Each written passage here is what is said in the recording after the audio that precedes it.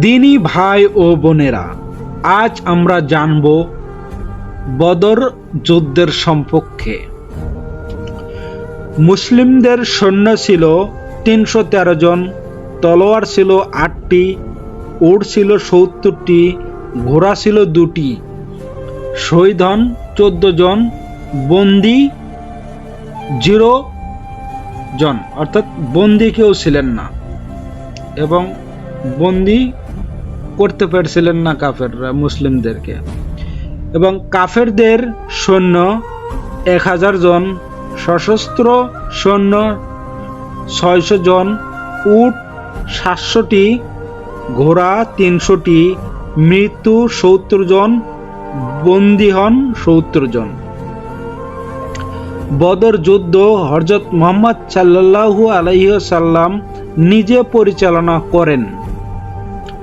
আর আরশি পাহাড়ের পাদদেশে মুসলিম বাহিনীর শিবির স্থাপিত হল, তাই পানির কুয়াগুলো তাদের আয়ত্তে ছিল।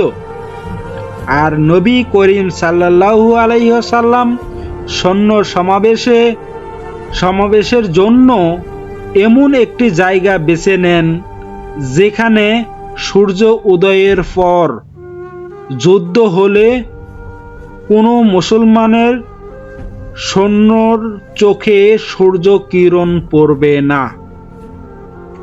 প্রাচীন আরব রেওয়াজ অনুযায়ী প্রথম বল্লম যুদ্ধ হয়।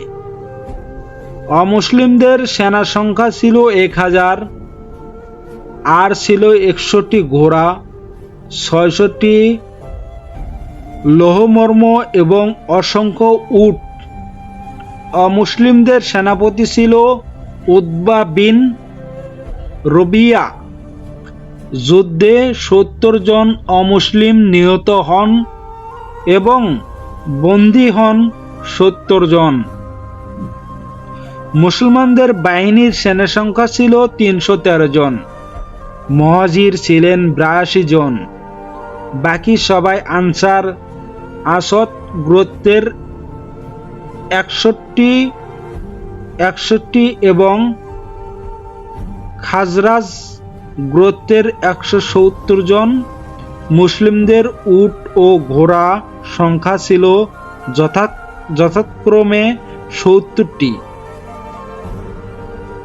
ও ২টি। যুদ্ধে মুসলিম বাহিনীর ১৪ জন শহীদ হন।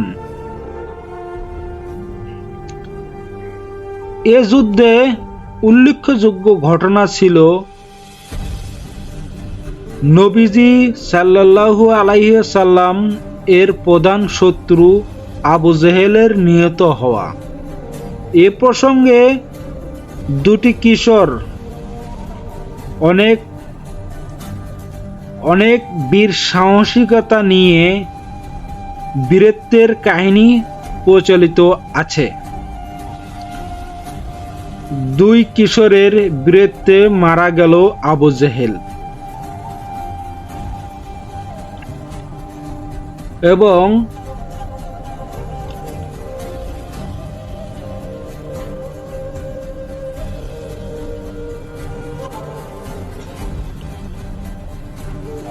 এই যুদ্ধটি সংগঠিত হয় ১৭ই রমজান। বদরের যুদ্ধ সংগঠিত হয়েছিলেন। ইসলামের ইতিহাসে দিনটি খুব গুরুত্ব বিশেষ।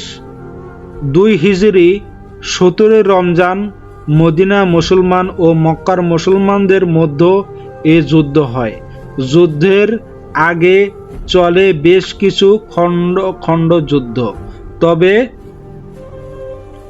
বদরের যুদ্ধ ছিল ২ পক্ষের মধ্যে প্রথম বড় আকারের যুদ্ধ। ইসলামে এই প্রথম সামরিক যুদ্ধে হযরত মুহাম্মদ সাল্লাল্লাহু আলাইহি ওয়াসাল্লামের নেতৃত্বে মুসলমান বাহিনীর বিজয় হয়।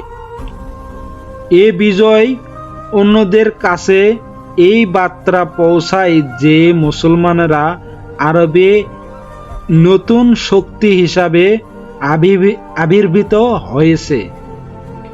এর ফলে নেতা হিসেবে হযরত মুহাম্মদ সাল্লাল্লাহু আলাইহি ওয়াসাল্লামে এর অবস্থান আরো শক্তিশালী ও মজবুত হয়। আজ এ পর্যন্তই। ভালো লাগলে ভিডিওটি সাবস্ক্রাইব লাইক করবেন, বেল আইকনটি বাজিয়ে পাশে থাকবেন।